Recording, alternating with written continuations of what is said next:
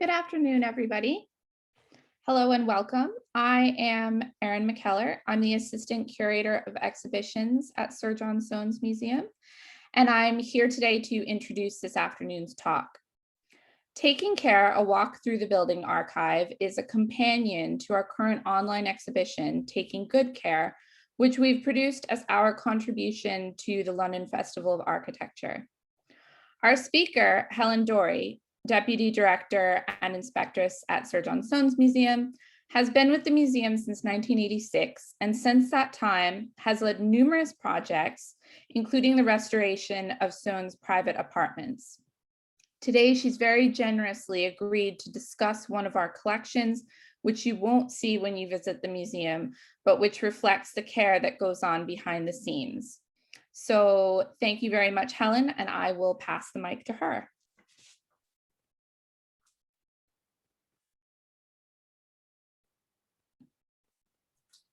Thank you so much, Erin, for your introduction.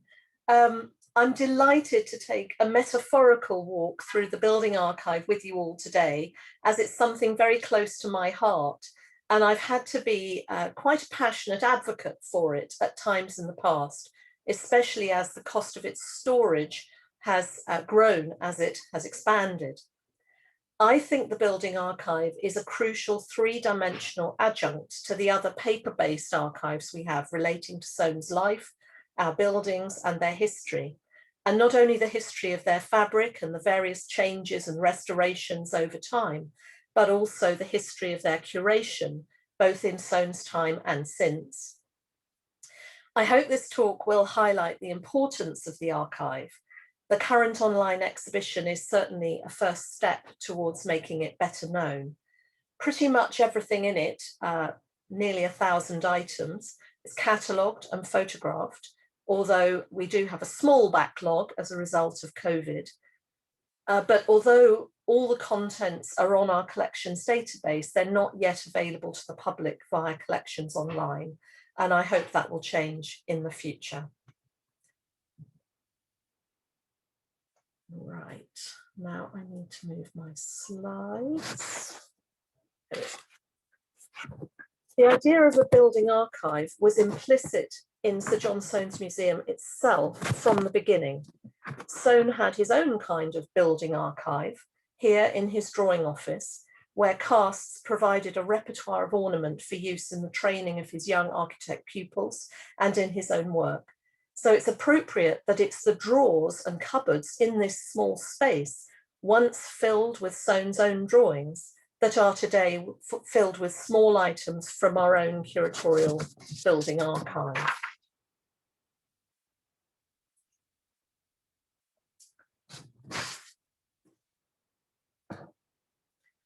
Soane also collected fragments of structures to preserve them for the future. The wooden figure you can see here on the left is from the timber roof of one of the aisles of Newport Pagnell Church, which Soane probably got to know when he was working at nearby Tyringham Hall in the 1790s. The south aisle underwent what was called a Great Restoration in 1827, and this figure may have been removed then or at an earlier time. On the right is one of the only surviving fragments of the Painted Chamber at Westminster, a celebrated 13th century interior. This ceiling ornament was taken down in 1819 during alterations with which Soane was involved as one of the architects attached to the Office of Works. The chamber was later lost in the 1834 fire, which almost completely destroyed the Palace of Westminster, and this is one of the very few unique fragments that survive anywhere. So the idea of salvage was something Soane himself pioneered in his gathering of spolia from his various building sites. On the left here is an engraving from the 1830s of the Monk's Yard at the museum, in which you see window openings from the old House of Lords at Westminster, salvaged by Soane, brought back to his house and used to create supposed arches of the fictitious abbey he constructed for his imaginary alter ego, the solitary hermit Padre Giovanni. Their ruinous state is complemented by the ivy growing out of large terracotta pots. On the right, we see the Monk's Yard looking the other way, with more salvaged arches and ornaments from Westminster, along with 2 obelisks, formerly lamp posts for oil lamps in Lincoln's Inn Fields. In this case, these are examples of contemporary street furniture that had become redundant during Soane's own lifetime, salvaged for his collection when gas lighting was introduced. When Soane died, having already ensured the preservation of his house through a private act of parliament passed in 1833, requiring that it be kept as it was at the time of his death, little could he have anticipated how crucial the preservation of fragments would come to be in the future to its restoration and reinstatement. For our current online exhibition, Taking Good Care, I included a few items from the post-Soane early history of the museum, the late 19th century and very early 20th century. Some are serendipitous survivals, like the feather from a feather duster, top left, discovered high up behind an object in the corridor where it had lodged itself during long-distance cleaning. Some items have been preserved because they continued in regular use, like the fire buckets on the right, which used to stand around full of water in the museum and were only retired in about 2003. Others, like the branding iron with SM initials, acquired by the trustees in 1893 for marking ladders and other equipment, survived tucked away in little used areas of the basement, where we rediscovered them during the 1990s. Although these few items are early survivals, they were not deliberately kept as part of an archive. In 2004, we took down object number M67 on the left here, a cast of part of the flat architrave of the Temple of Castor and Pollux in the Forum in Rome. Although our then sculpture conservator, Martin Holden, thought this object might never have been taken down since it was first installed in 1824, when it came off the wall, in the thick layer of dust that had built up behind it were these 3 items on the right: a 19th century brush, a screwdriver, and a bradawl. All have boxwood handles. The handle of the screwdriver has an owner's mark scratched into it, and the maker's name, Hernshaw, Sheffield, visible on the metal shaft. Hernshaw operated from 1881 until 1960, but these are really early tools. You might ask of these items, did they fall or were they pushed? One tool behind an object might be accidental. 3 items seems like a deliberate time capsule, ephemera preserving the memory of otherwise forgotten work carried out in the late 19th century. The first evidence of any deliberate collection of items for a kind of building archive comes in the 1920s, when Arthur Bolton was curator. You see him here on the left. On the right, you can see a cast he had made for the museum of one of the cherubs carved on the Soane tomb in St Pancras Gardens, when it was, which was taken when the tomb was being restored in 1919. Although the museum is not responsible for the tomb and wasn't running that restoration, this is now a unique record of the condition of part of that very important monument at that time. In the 1920s, Bolton also commissioned 4 casts of ornaments at the Bank of England, of which you see 2 in the centre here, when the bank was threatened with demolition. I'm so sorry, I see my camera has disappeared. Here we are, apologies, I'm back. 2 in the centre. In the end, Soane's banking halls were destroyed, and these casts remain in our collection, amongst the only 3-dimensional full-scale records of the architectural detailing of those celebrated lost interiors. Bolton would have been delighted to know that in the early 1990s, the museum accepted this group of hollow terracotta pots, special bricks that were manufactured in kilns on the Bank of England site and used to build its domes. They were offered to us by the widow of one of the bank directors of the 1920s, who had salvaged them when Soane's banking halls were demolished. We were told he'd used them to build a pigsty. Thank goodness they'd thought after his death to offer them to us. These wonderful objects helped to bring to life one of Soane's most significant buildings, the one he called the pride and boast of my life, especially when seen in conjunction with our other archives. And on the right is a drawing from the collection showing just such pots being deployed in the construction of the vault of the 4% office at the bank. You can see a bed of bricks laid over the arch, and then the pots, light and fireproof, being placed vertically on top. Returning to Bolton, I think it's once again to him that we owe the box of 50 fragments of Delft tiles, which we rediscovered heaped up in collapsing cardboard boxes in the china pantry in the 1990s. These tiles are not listed in the 1837 inventories of Soane's collection, which probably indicates that at that time they were in use, fixed to a wall. The condition of the tiles supports this idea because they have remnants of plaster on their backs. The damage also suggests that they were in situ on a wall before being somewhat clumsily removed.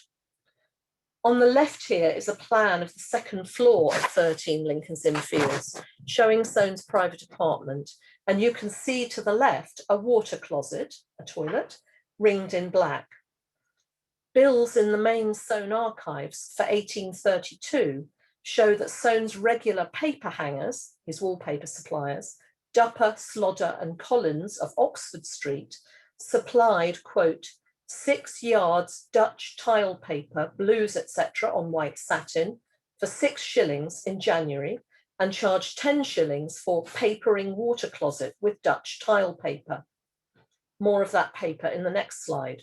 A few months later, Soane's plasterers, Robson and Estelle, charged him for, quote, fixing Dutch tiles in water closet, 2nd floor. This is probably a reference to these tiles, and the 2 bills help to make sense of their presence in the museum. It seems that this little water closet was decorated with a combination of real tiles and faux tile paper, an early form of sanitary wipeable wallpaper. Next to the closet on the 2nd floor, just below it at the bottom of the circled space on the plan, you can see Mrs. Soane's small morning room with a cupboard in its top left corner.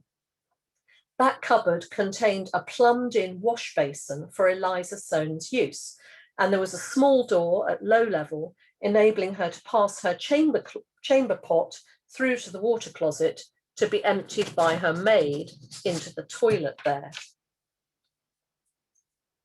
In that cupboard in the morning room, during preparatory work for our Opening Up the Soane project, wallpaper specialist Mark Sandiford found some of the Dutch tile paper surviving in situ. This is incredibly rare. The cupboard behind its mahogany door, we have preserved almost as an in situ part of the building archive. We kept the later blue tiles put in when a late 19th century curator, James Wilde, was living at the museum and put in a new wash basin. Where his wash basin had been removed, leaving a white scar in the plasterwork, we were able to reinstate the shelf in which Eliza's Queensware basin was fitted. And you can see that on the right in the finished work.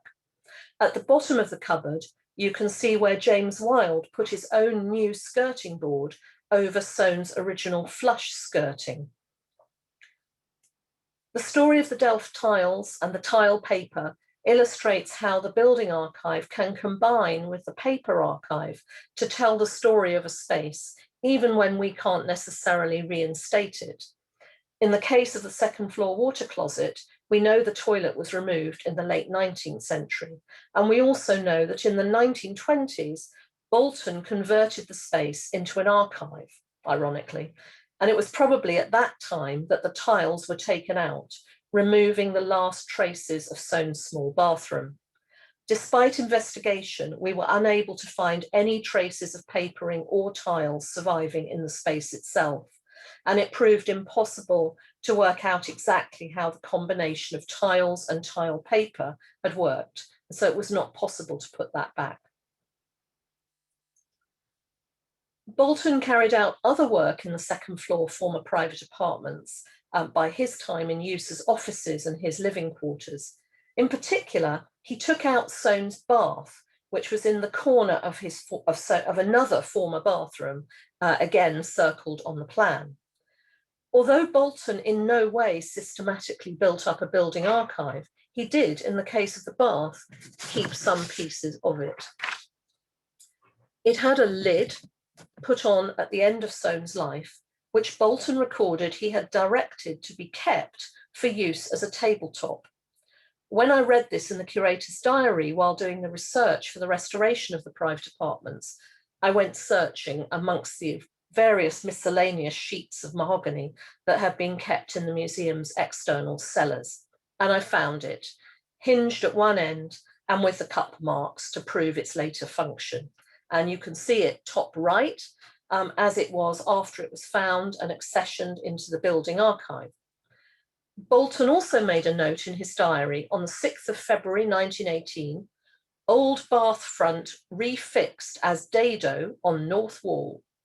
We rushed to the north wall, pulled out a bookcase, and there on the wall, another building archive in situ, as you can see bottom right, not just the front of the bath, but in fact behind the pipes to the right, the end of Soane's original bath as well.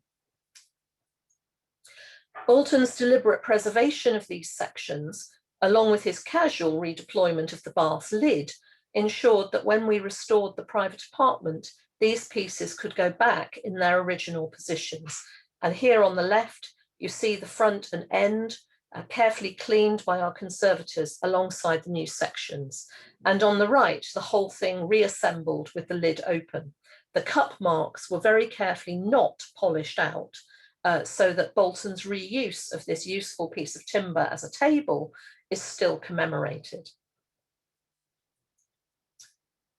Bolton was in charge when the museum faced the deadliest period in its 200-year history, the bombing of London during World War II. At the start of the war, Bolton, already in his 70s, evacuated the most significant paintings under the aegis of the National Gallery to the Welsh slate mines, and large numbers of drawings and books were shipped out with items from the British Museum, also to Wales. However, the vast majority of the museum's works of art were simply left hanging on the walls and remained there throughout the Blitz as thousands of bombs rained down on this part of London, as this photograph taken by the Warburg Institute in 1941 testifies. It was not until 1942 that further evacuations took place following protests from the Georgian group, but that's another story.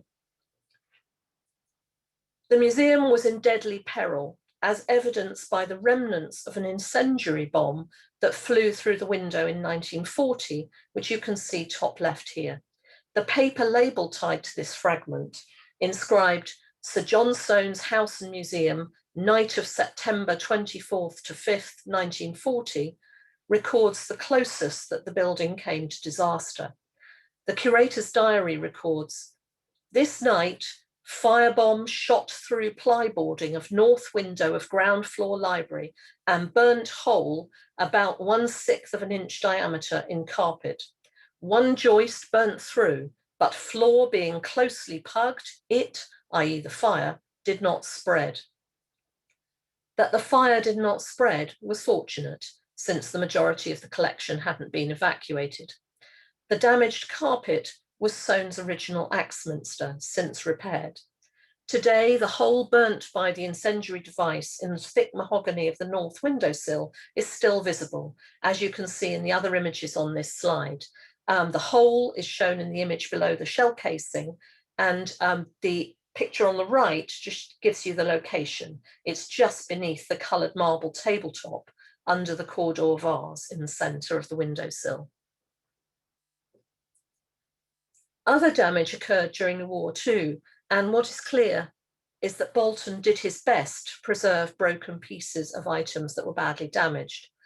London was bombed for 57 consecutive nights after the Blitz began on the 7th of September 1940. Just 2 days later, the curator's diary for the 9th of September recorded that bomb blast had shattered stained glass panes in the Monks Parlor. He adds the sad postscript, "can only board up." The blast also blew out the window of the picture room recess above the Monks Parlor, and this model of Soane's Privy Council building, Whitehall, which stood in front of that window, was partly destroyed.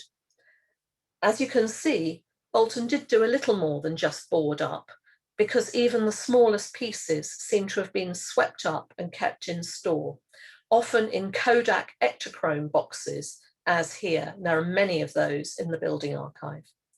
Our head of conservation, Jane Wilkinson, used many of the broken sections in her restoration of the model in the late 1990s.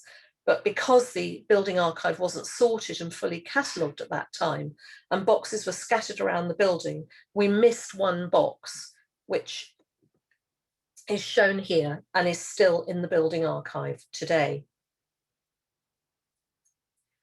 The example of all the multitude of broken fragments stored away in a variety of different containers and boxes certainly inspired me when we were restoring sash windows on the staircase in 1994 to keep a large pot of the soot and dust that we found filling the sash pockets. In that dust were tiny fragments of the red glass borders to Soane's windows, blown there by bomb blast. When we came to restore the red borders of those windows many years later, just in our very last project that finished only in 2016, I was able to give the glassmakers a tiny sliver of original glass from that soot so that they could match the deep colour precisely. Sadly, I don't have a photograph of my soot pot, but you can see the red colour in the left-hand window on this slide. Although diagrams of Soane's stained glass windows with notes recording colours and patterns survive in the 1837 inventories, without the fragments saved from soot, we would never have got a precise colour match. Other glass fragments are shown here top centre, many of them of lemon and amber coloured glass, which have helped us in a myriad of ways to bring back coloured glass into the museum. And enabled us to replicate exactly the original colours.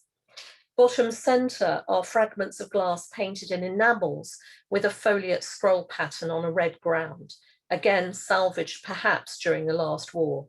They have enabled us to restore these borders in various windows, including the picture room recess window shown on the right. The window that was destroyed in September 1940 in the Monks Parlor is shown on the left here. It contains 16 sepia figures of saints that had been relocated here in the late 19th century. They were originally on the second floor in a pair of double doors.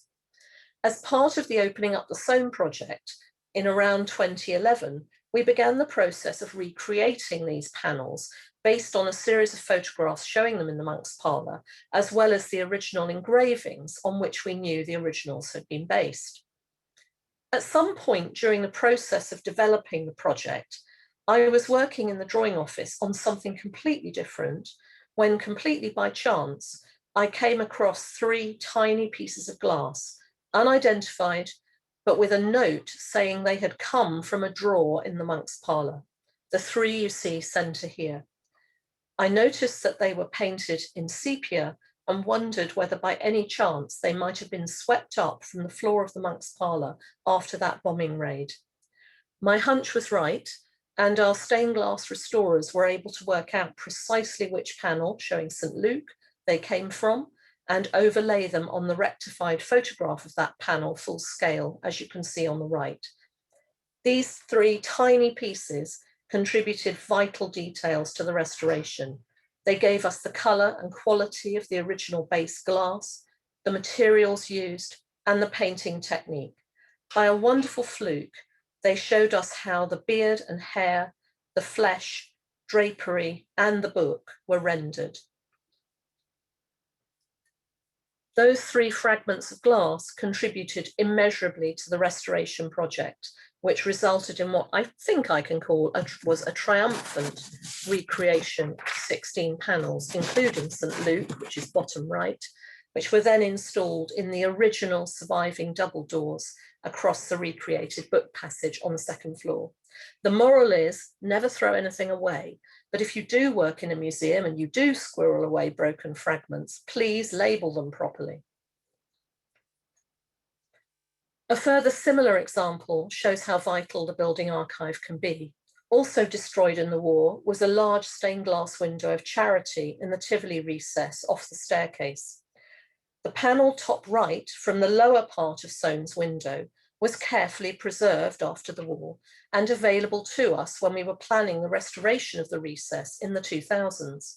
However, it was again by complete chance that my curatorial assistant John Bridges and I rediscovered the framing to that panel with part of the painted border, which you can see lower right, when we were clearing out the old cast store in the basement of number 12. We noticed some bits of dangerous looking leadwork projecting from behind some metal shelving. And when we started gingerly pulling it out, we just couldn't believe our eyes. Once again, this piece, preserved but not recorded, still surviving decades after it was put into store, contributed vital evidence for the recreation of the window, giving us complete details of the construction and colour of the metal frame, as well as of the putty that held the glass in place. And here is the complete new window in situ. The central panel in the lower section on the right is that pane of original glass, mended, restored, and reinstated. The fragment of the frame and border remains in the building archive. To reuse the border bits would have involved taking apart that fragment and essentially destroying it, and we felt there should be a piece available for future researchers to examine, and it should be preserved intact.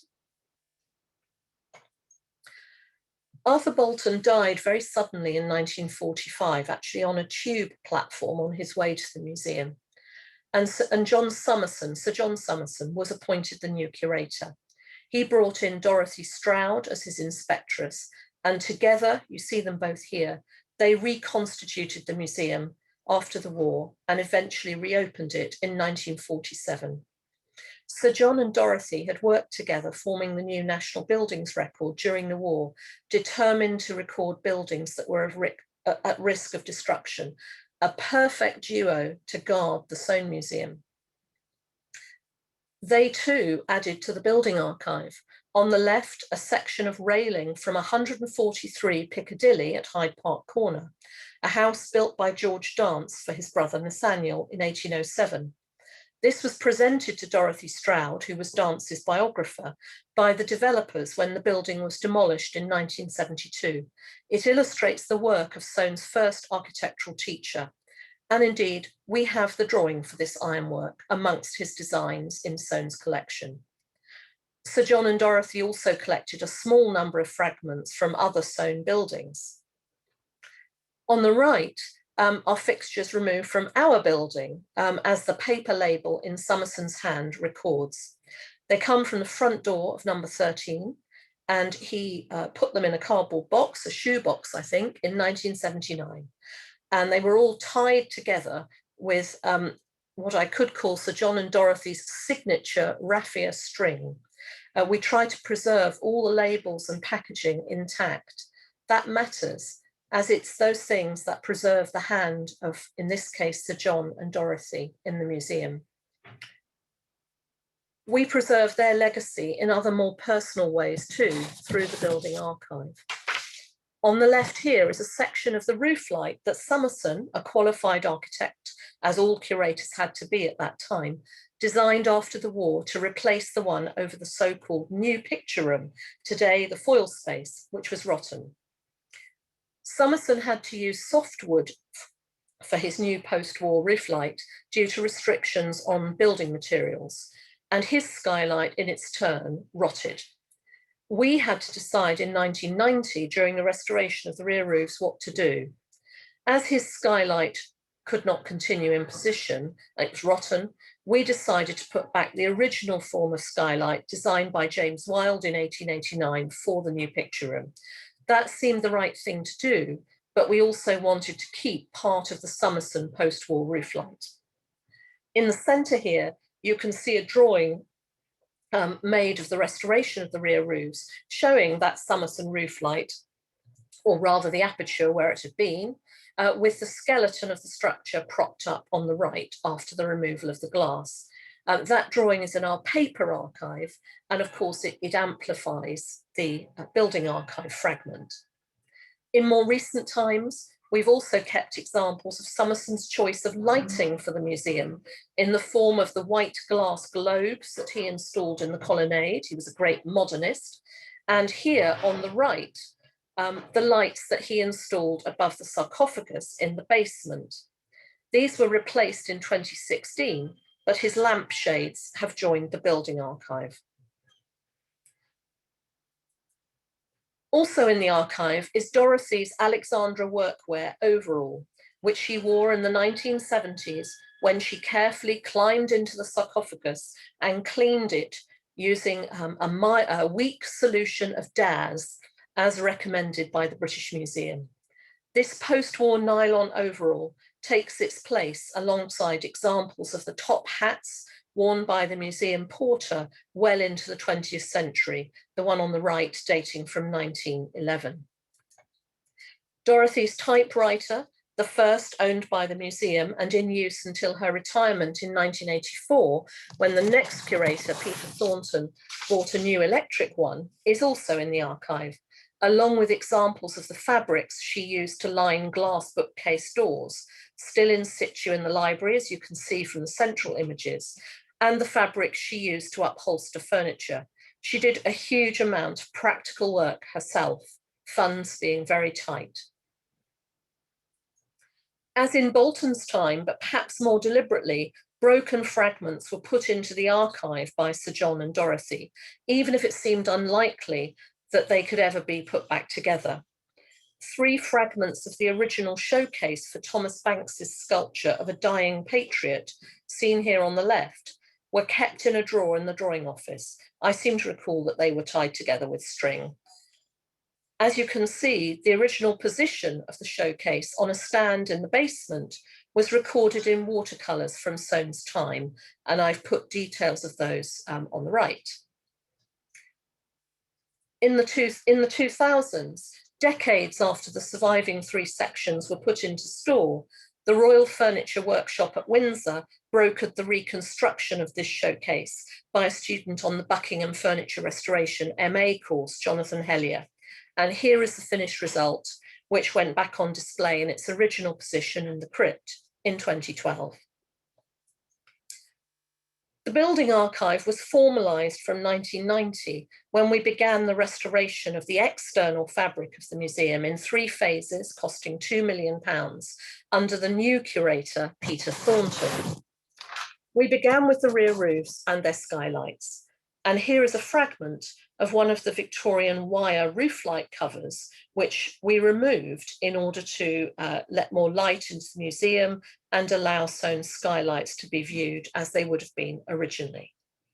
In this view, you can see Peter himself on the right, on the roof of the breakfast room, where you can see several skylights still with their wire covers in place. In our turn, we have systematically tried to preserve evidence of the restoration work we've done to the building. These wire covers are just one example. This slide shows the entrance to the Tivoli recess, which we saw earlier apropos the charity window. Here it is in its incarnation as the Curator's Loo.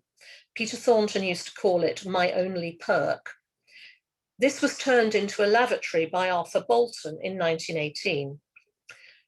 When we took out the lavatory, we kept the door, the fan light, and an internal high window with a ratchet fixing for the archive as evidence of Bolton's interventions. They supplement the photographs and drawings in our main archive to provide a very full picture of that work carried out in 1918. We've kept cross sections of late 19th century window frames so curators in the future can see what they were like and confirm the evidence that we cited in restoration which involved their removal. We've kept original sash pulleys too weak to continue in use, and even found pieces of Soane period sash cord in sash pockets. We have kept curved planks, pieces of copper roof covering, nails, glass samples, and object fixings, replicating originals from the Soane period examples in the building archive when modern fixings have needed to be replaced. I even have a large old-fashioned sweet jar in my office filled with fine, even gravel, a sample of the gravel layer on which the number 13 building itself stands. The gravel was carefully laid over the foundations and was revealed when we took up the kitchen floor. Some years ago, I confiscated this box, perhaps a strong box from Soane's time, which had been used for many years by the warders, as they were then called. Today they are our visitor assistants, as a store for their Hoover bags. Perhaps my absolute favourite amongst the items that I've personally added to the archive is the cat flap from the former resident warden's flat on the 3rd floor of number 13, which was in the door out onto the roof. We have continued to find things. Here, a very early Edison electric light bulb found lying under the floorboards on the 2nd floor of number 13. The building archive still holds some mysteries waiting to be unravelled. What is the fixing on the top left here, which I rescued from the museum's toolbox a few years ago, along with others which look to be historic? It must have come from somewhere inside the building because it's carefully painted, and it's yellow, so maybe it came from somewhere in the yellow drawing rooms. What is the door lower left, and why is it in our store? It looks as if it's come from somewhere in the building, but we can't identify any likely location.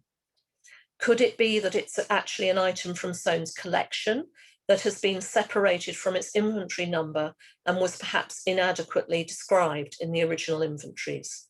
Maybe it will be one day identified. And exactly where did the large door on the right, kept by Summerson during his restoration of number 12 in 1969 to 70, come from? Other doors have been identified and indeed gone back in their original positions, but this one eludes us. Perhaps taking paint samples at some future time will help. Past curators' preservation of fragments and their record keeping has played a major part in enabling us to restore the fabric of our buildings over the last 30 years and to restore lost original interiors. In our turn, we've tried to set up a building archive that can provide an ongoing record of our work and our changes for future generations. But the building archive is in fact much more than that. It is a testament to the work of the generations who've had the privilege of caring for the Soane Museum since its foundation in 1837. It keeps them and their work alive. For me, it exemplifies William Faulkner's famous phrase, "The past is never dead. It's not even past." Thank you. Thank you, Helen, for such a compelling talk. I found that really interesting, and I feel like I learned a lot from it myself. We've got some time for questions, so we'd like to open up to the audience for questions. You can enter these into the Q&A box, which, if you're not sure where it is, it'll be at the bottom right next to the raise hand icon. It says Q&A. So if you're ready, Helen, I've got a whole bunch of questions ready for you. Okay, I'll stop sharing and then we can be seen better. Go ahead. Great. So our first question, other than the Delft tile paper, and I think this question was entered before we looked at the stained glass as well, have you cataloged any of the fixed fabric and in situ elements of the original building and its spaces? Well, so far, most of the in situ elements that are catalogued in the building archive are catalogued because they were loose before they went back into their original positions during restoration work. But funnily enough, we are just beginning right now to catalogue the in situ fabric of the whole of our building. Joe Tinworth, my fairly new Curator Collections and I are going to be cataloguing the fabric of our picture room over this summer as an adjunct to a project to digitise that room. And we're going to gradually work our way through the museum, but it's quite a big task. But when we've finished, we will be able to attach all the entries for individual items of fabric to the records for the rooms they came from. And I think that will provide a wonderfully rich building archive in the future. Great. One of our attendees has asked, are you planning any further restoration work in the near future? We are. We hope that next January we'll be able to begin on site restoring Soane's little drawing office. It's not a recreation because the drawing office hasn't been altered very much, but we'll be redecorating. It hasn't been repainted since the war, putting back a couple of stained glass screens, which are still not present, which were in the museum in Soane's day, and putting the objects back in their right sequence, which I think will transform the space.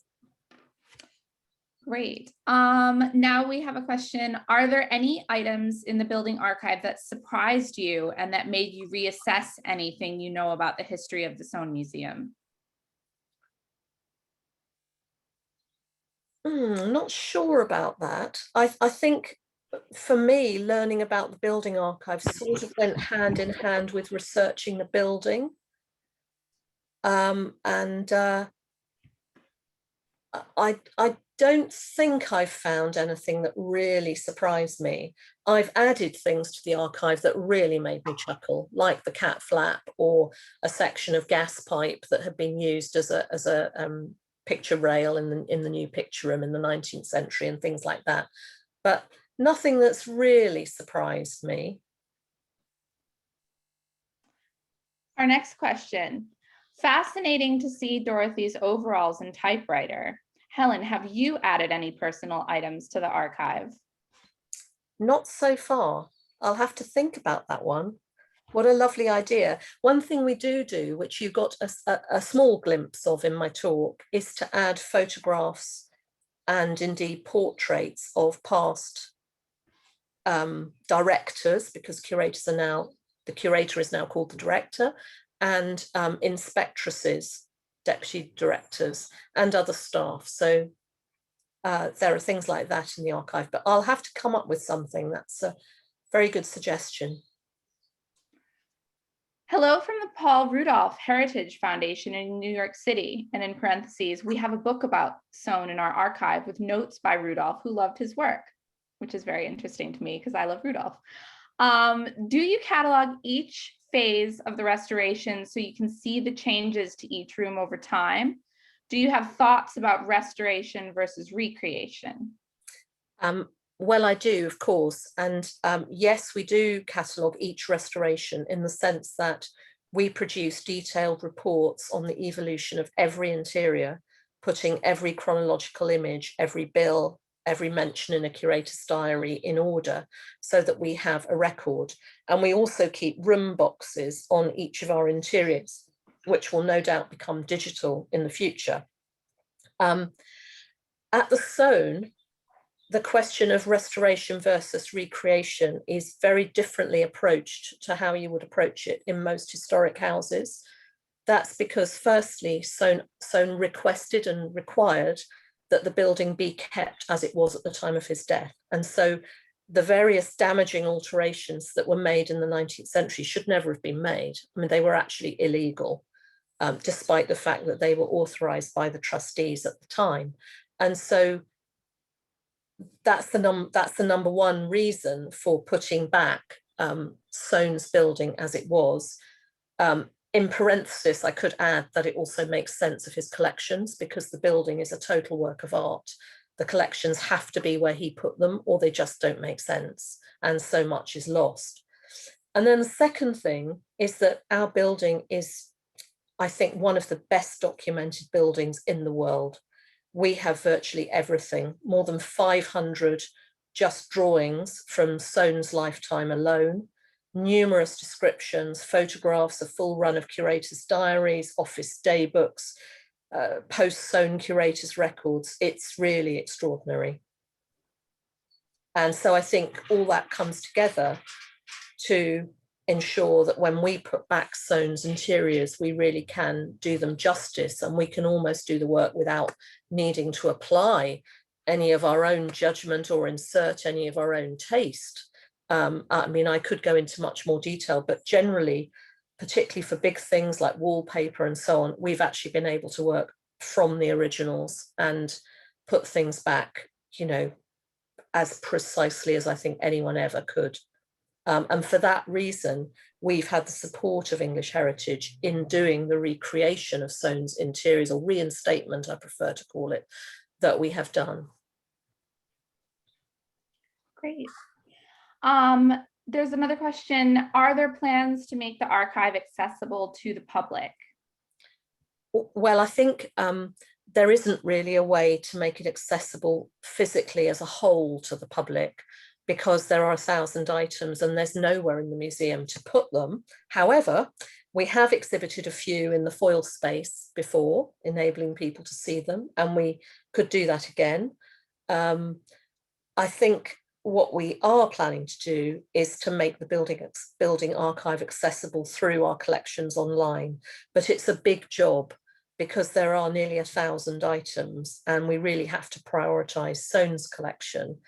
Many of the building archive items have got essentially entries that are in the form of notes, because we've just tried to record everything we know about that thing in shorthand as we've catalogued it.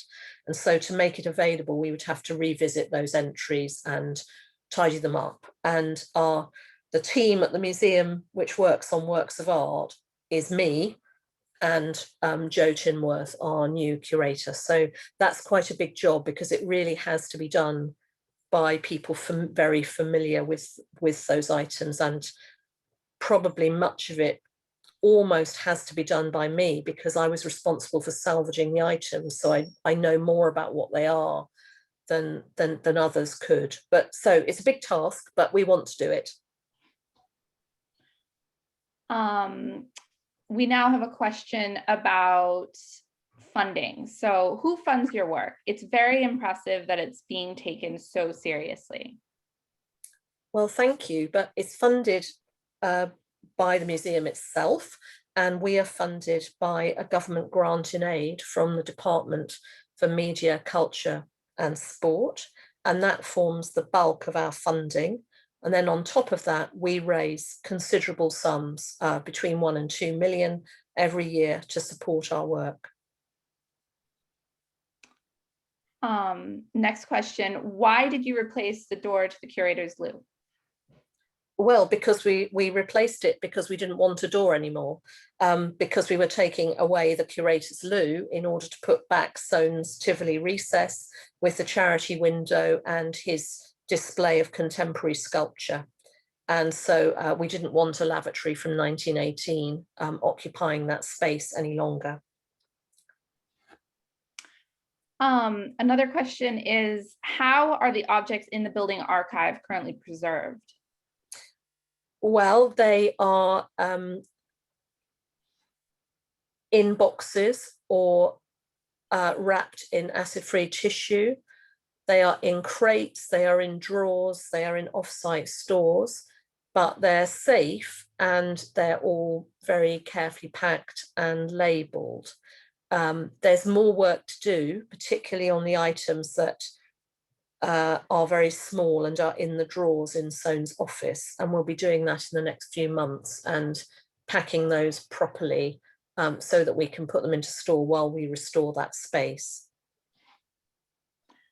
And then I think this is the last question, unless somebody wants to squeeze one in. Sorry, just a second. How do you hope that the archive is used in the future? Well, I would like to think that it would be used by people who are researching the history of Sir John Soane's Museum, which has been my subject of research for the last 32 years. It's an iconic building, a museum piece amongst museums, a great exemplar of house museums. Perhaps the most important house museum anywhere. Certainly others outside the museum have called it that. So I really hope the Building Archive will help people to understand its history and appreciate all the huge effort that's gone into looking after it, restoring it and caring for it over the last 200 years. Great. Well, since there are no further questions, I just wanted to, on behalf of all of our viewers, many of whom have said in the Q&A box, thank you. I would like to thank Helen very much for this talk, and many thanks to all of you for taking the time out of your day to learn about the Building Archive.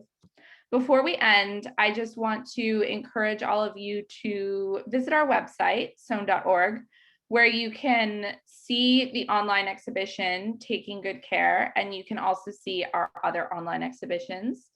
You can also book a free ticket to visit the museum, including our exhibition, The Romance of Ruins, which is now open. And finally, I'd like to point your attention to the second season of our By Design talks. This series invites internationally renowned designers to discuss their practice through the lens of a single object. And this series will begin on the 14th of June, and you can find out more information about booking on our website. Thank you again so much, and thank you, Helen.